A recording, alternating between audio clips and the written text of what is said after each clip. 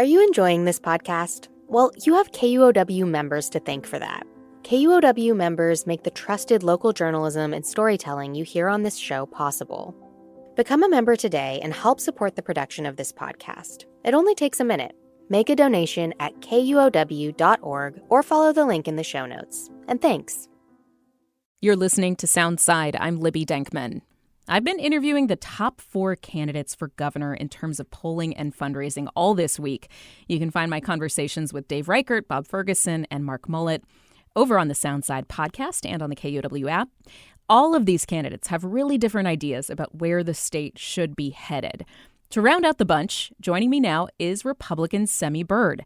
Bird is a former Richland School Board member and a veteran of the U.S. Marine Corps and the Army, where he served as a Green Beret and earned a Bronze Star. Hi, Semi. It's good to have you back on the show. Hi, it's great to be with you. Thank you so much for having me on. So I'm asking everybody this question off the top, kind of keeping it on an elevator pitch length. Why do you think you would be the best choice to be the next governor of Washington State? You know, one of the things I've said quite a bit over the campaign trail and over the last 2 years is I'm not a career politician. I'm a behavioral scientist. I'm a performance and business consultant. I help organizations perform better, and I teach leaders to be better leaders. And so I have the experience, the knowledge, and the skill sets to actually go into Olympia and bring transformational change, actually contribute, because as a citizen, I would want to know, what are they going to do for me? How are they going to make my life better? What do they bring to the table? And I think that is most important. What does the resume look like that proves to me that they can get the job done and, again, give us a better and brighter future in Washington? That's what I'm focused on. I'm applying for a job, Chief Executive Officer of Washington State, and I'm going to work. Simple as that. Not holding down an office for a political party, political interest groups, or big money donors. I'm here to serve the citizens of Washington State. Police hiring has become a big issue in this campaign. Candidates are really kind of differentiating themselves on their plan for fixing understaffing issues at police departments across the state. All the candidates say that we need to increase the number of police officers hired in Washington. What is your plan on police staffing and hiring? Well, that said, I think it's important for the candidates to have some background and experience to actually understand staffing, hiring, and retention, because it's a dual sides. So you have retention and recruiting. I'm the only one running for office certified in retention and recruiting of personnel. I have a graduate degree in human resource development with a follow-on advanced certification as a professional in human resources. So when it comes to staffing, when it comes to succession planning, when it comes to actually getting the job done, understanding that we have the lowest number of law enforcement professionals per capita of any state in the nation, I know how to actually do it. So bonuses, incentivizing retention is good. Bonuses to recruit, because we must have universal reciprocity of licensure so that peace officers from other states, we can go out there and actively recruit them and draw them to Washington State. Yes, they must understand that they have protections in doing their jobs, but they also need to understand that they have accountability in doing their jobs. And I know our law enforcement professionals are on board with that, doing the right thing in accordance with their trainings and the law. But it goes further into it, because you can't look at just recruiting and staffing. You have to look at retention. Culture is an important aspect of it, but the community. Does the community understand and support our law enforcement community to really understand that they're to protect and to serve? And then bringing forth new technology so that our law enforcement professionals have the resources and the technology. And I can go on and on in this, because this is my wheelhouse. Staffing, ensuring that people want to be here, ensuring that they are serving the greater good, and then serving that the people that they serve understand the value that they're bringing. So I have a comprehensive plan for recruiting and retention of our law enforcement professionals. Let me ask you about that accountability aspect of things. Voters in Washington passed Initiative 940 in 2018. It required more training for police officers in the state, and it also changed this standard for prosecuting use of deadly force by officers. It removed the requirement that prosecutors used to have to prove that an officer acted with malice or evil intent. That was a unique policy in the country for Washington State. So this year, there have been a couple high-profile prosecutions that the Attorney General's office has led. Auburn police officer Jeffrey Nelson was the first officer found guilty of murder under those revised standards. 3 officers in the Manny Ellis case were acquitted last year. Do you support maintaining the changes brought in by I-940? There's a balance to all of this. And I understand why I-940 was brought in. It was to ensure that there was not excessive force. It was to ensure that our law enforcement professionals understood that they have accountability and again, must adhere to valuing the civil rights and protections of our citizens. But to go as far as to say that you must prove evil intent and malice, that's a difficult level to reach. But at the same time, as we saw with our Tacoma police officers, they were justly found to be not guilty because the evidence that was brought forward could not prove with beyond a reasonable doubt that they acted inappropriately and outside of their training. I think that should be the nexus. Are they acting outside of their training, outside of the law, and inappropriately with recklessness and reckless endangerment? I mean, if we can show that, well, then we will hold them accountable. But I think our law enforcement community does a good job of also self-policing when it comes to this, because they understand that one bad apple really does cast a shadow on the entire occupation. So again, I'm not really giving you a specific answer as much as I think I would like to, but it's just there's so much. It sounds like this. You're saying that you think the law is working. I mean, because if the officers in the Manny Ellis case were properly found not guilty, and you're just talking about the evidence that has to be brought forth. I mean, it seems like you're saying that you think the law is working Yes, fine. and that is exactly what I'm alluding to. Again, it strikes that balance so that we can see that if there is inappropriate action, if an officer deviates from training and from the law, then they will be held accountable. And there is clear evidence that would be brought forward to prove it. And then again, the justice system will again aligned will take its rightful course to ensure the best outcomes that we value in civil rights and also protecting our law enforcement officers. Homelessness has steadily increased in Washington state since 2016. We have put, as a state, over $4 billion into housing and homelessness programs over the last couple budget cycles. About $1 billion of that came from federal COVID aid. Your plan to address homelessness includes issuing a state of emergency and activating the National Guard. What would that do? What is the purpose of a state of emergency and the National Guard, and what role would they play in addressing homelessness? Thank you for the opportunity. That is something that strikes very close to my heart. I lost my nephew a year and a half ago from fentanyl poisoning. The whole family went through that struggle with my nephew for some years. I'm so sorry for your loss. No, thank you for that. When you are addicted, and let's make no mistake about it, those family, friends, citizens, brothers and sisters living and dying in the streets right now are suffering. They are living in darkness, consumed by addiction, which is powerful and strong. They will steal from their grandmother, their mother, their children to get high because that is their mindset of survival. That shows and demonstrates that our homeless community who are addicted and mentally ill are not thinking clearly and in their best interest. And we must bring compassion. We are growing homelessness in Washington state. We see that statistically, empirically. It's up to 23% now. And no matter how much money you throw at it, it's not going to change it unless you bring forth a solution that will do it in the right way. Addiction treatment, mental health treatment must be the epicenter of our strategy in addressing this crisis. And that is why I said we must declare that state of emergency to bring the resources, bring serious action to save these lives and give them light at the end of the tunnel. So the National Guard is not to be in uniform out in the streets in any way, form, or fashion, not at all. This is our engineers, our National Guard construction engineers, our horizontal, our vertical construction team, so they can clear 20 acres of state land.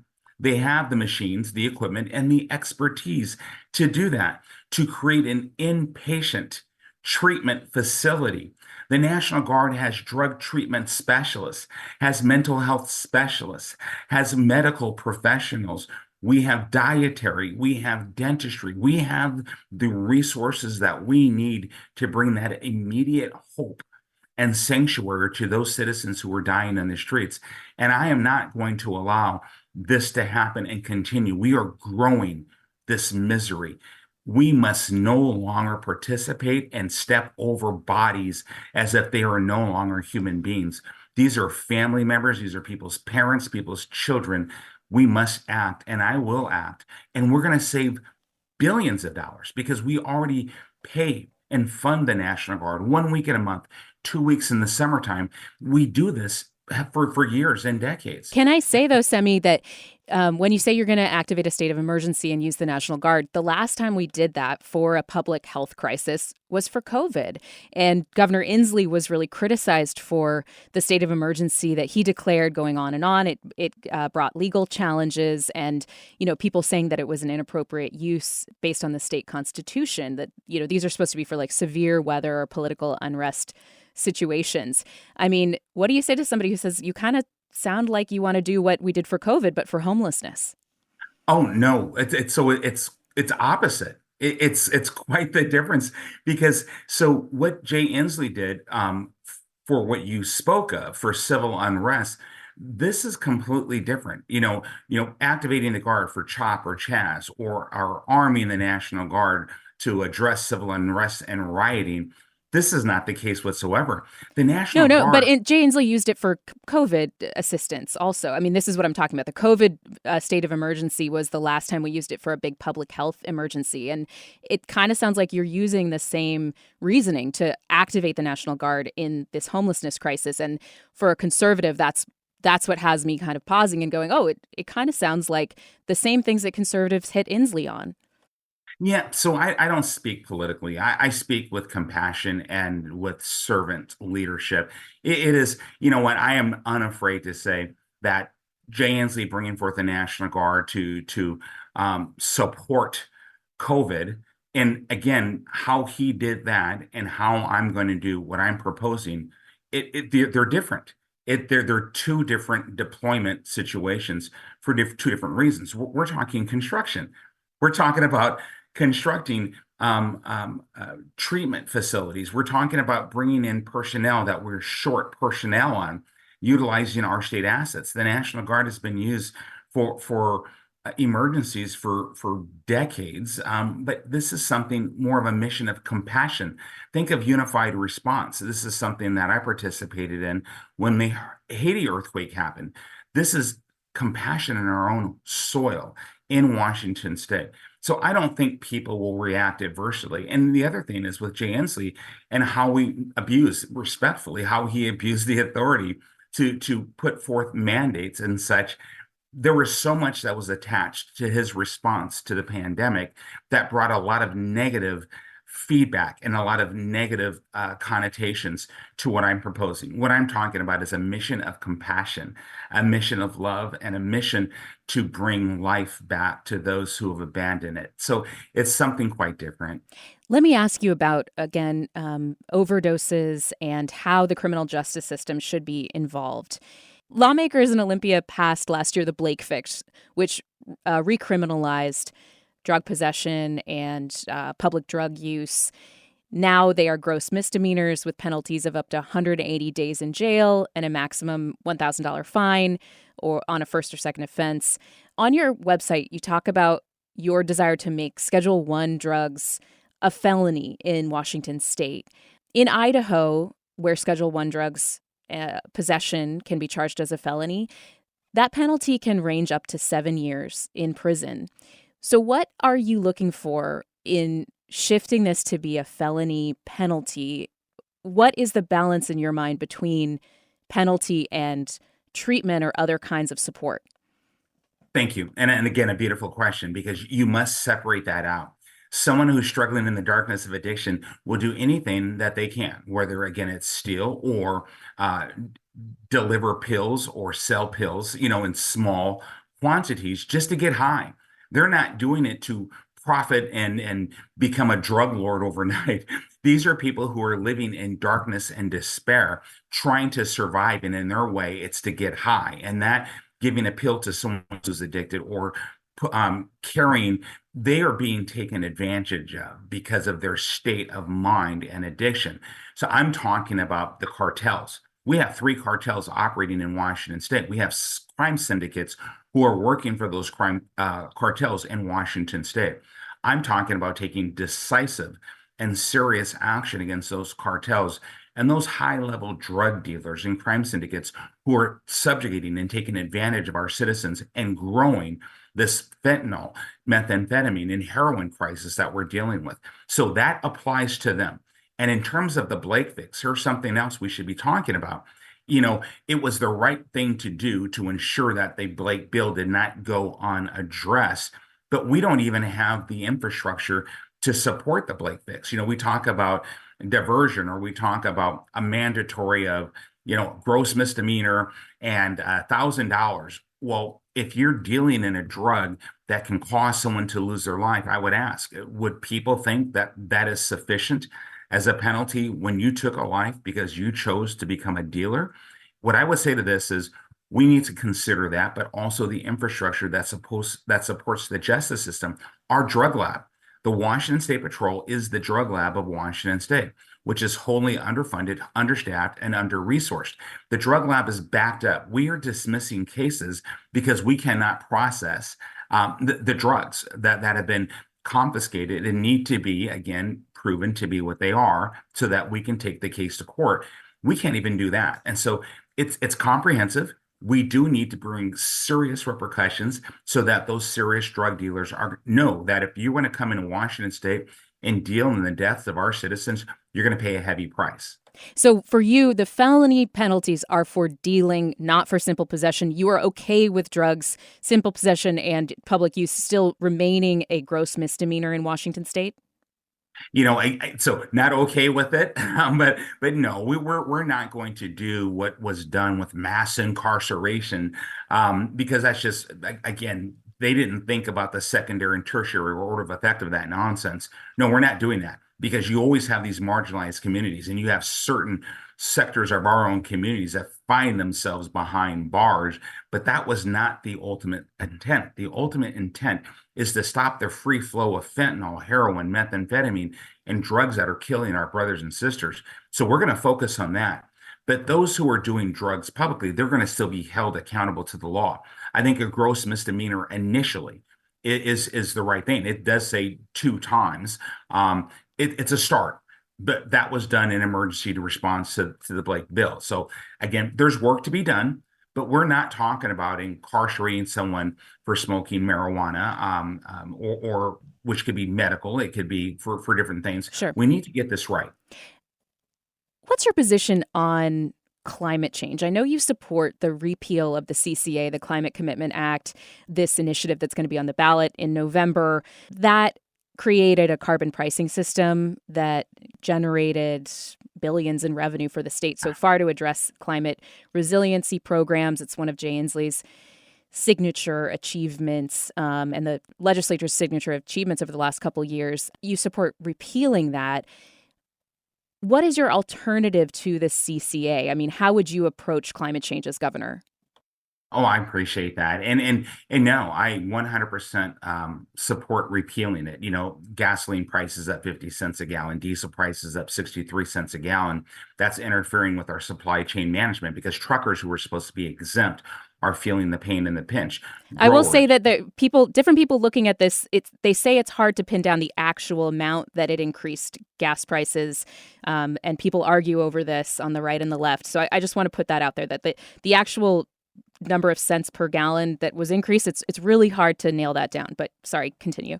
No, that's okay. And it did fluctuate, but it was significant what the increase was. And enough that everyday citizens just holding a minimum wage job, trying to get to work to do a job to feed your family, they felt the pinch. We all felt that pinch of the Climate Commitment Act. But that's just one area of it that we should be considering other areas.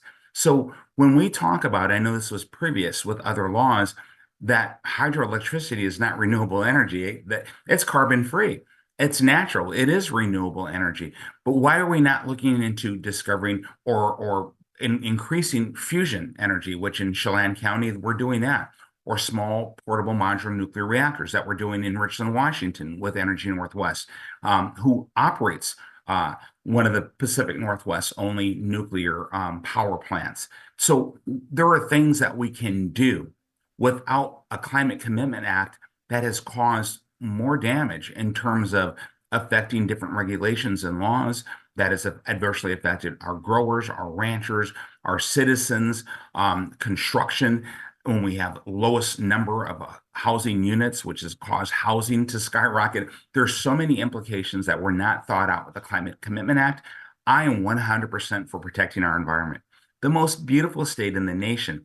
I will dedicate all of our resources to protecting our environment. But when you have out of control forest fires, because we are not properly managing our forests, look at the carbon emissions from a forest fire that we have year after year after year. I passed one on the way to Spokane just 48 hours ago, and just looking at all the pollution into the air because we're not properly managing our forests. Why don't we start with that? How And do you imagine, fund these kinds of, you talk about these alternatives like fusion or, increasing the other types of lower impact energy generation.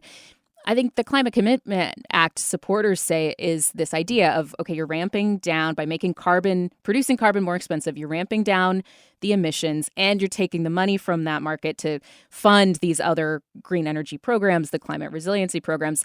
Where do you get the money to fund these other energy programs if you don't have some kind of a taxation system? Would you support like something like Mark Mullet has brought up, which is like slowing the drawdown of carbon so that it's not as expensive for companies, but then still having some of that, revenue being generated in order to fund these other alternatives? Like if Climate Commitment Act was tweaked, is there a way that you would look again at it? yeah, so I will answer your first question, which is easy because it's already happening. And so moving forward with small portable modular nuclear reactors, that is happening, and that's not happening on the taxpayer dime. So that's being funded through corporations because they're going to profit You from think the this. private sector will actually get us there? What's happening? It's happening right now, and where the state jumps in, and let me just jump to fusion. So that's through corporations. That's not through taxing citizens to make that happen. So the two programs that I spoke of, those two alternative energy programs that are proven to be successful, and that is not coming out of taxpayers. So that answers that question. But in terms of tweaking it, I think it was done so poorly, it needs to be removed Okay. and then readdressed. I do agree with taking steps towards renewable energy and reducing our carbon footprint. I And support that 100%. loud and And clear. so, And just because we're short on time, and I do want to get one more question in, sorry about that. absolutely. Um, No.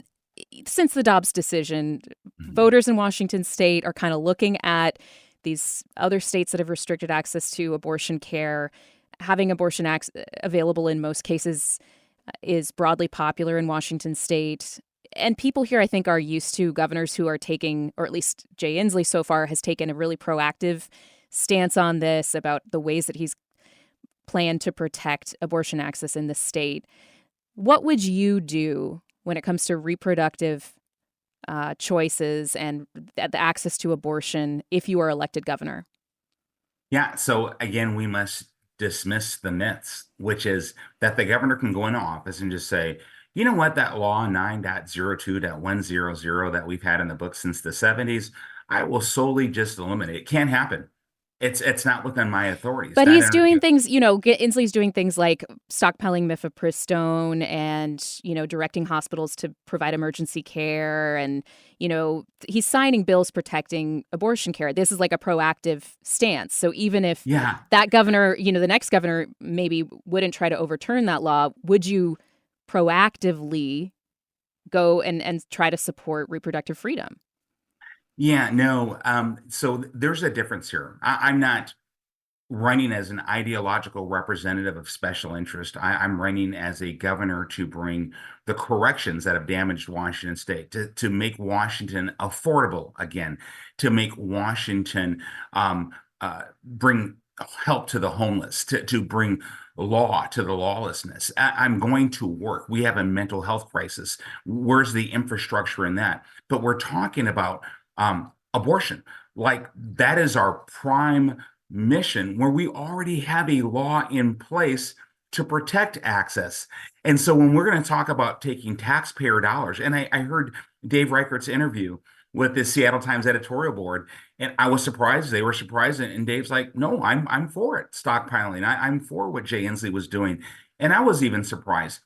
Being proactive on something when you have the rest of the state burning down, I don't understand that. So that's not something that you would do, for example, the mifepristone type stuff, or these other policies that are trying to kind of, again, proactively support the access of abortion. No, it is not my priority to stockpile abortion pills and use taxpayer funds to do that when young people can't afford a decent apartment or ever be able to own a home in Washington. Seniors are being taxed out of their homes. Businesses are being regulated out of our state. I think we have a lot of work to do, but thank goodness we actually have laws. We have protections that have been in place, and the governor doesn't have the authority to change that, but the governor has the authority to make Washington better, to make Washington brighter, and to make Washington affordable so that we can all live and prosper. That's what we should be focusing on. Why would we be proactive on one thing that's more ideologically driven than anything else when we have things that all citizens are suffering from? All citizens need corrective actions in. So let's do what we can agree upon now and leave the laws to the laws and the lawmakers and the citizens who employ them. We're just about out of time, Semi, and I just really appreciate it. I want to say thank you so much for being here and for the exchange of ideas. I always appreciate that you are down for the conversation, and I've appreciated talking with you today. Thank you. Libby, you're amazing. Thank you so much. And just a note on that interview, during our discussion of his support for repealing the Climate Commitment Act, Semi said private innovation was leading to small modular nuclear reactor development by Energy Northwest in Richland. And we reached out to Energy Northwest. They have partnered with a private company to build those reactors. The utility, however, also received $25 million in Climate Commitment Act funding to study small modular nuclear reaction projects in Washington. That is a chunk of revenue from that Climate Commitment Act, which Semi and other Republicans want to end. You can listen to all of our interviews with the top polling candidates for governor on our website, KUOW.org, or the KUOW app, or wherever you get your podcasts. Thanks for listening to Soundside. This show is only possible because listeners support us. If you're able to give right now, please check out the show notes for a link to donate. And don't forget, you can listen live on KUOW 94.9 FM Seattle at noon and 8 p.m., Monday through Thursday, or anytime online at KUOW.org.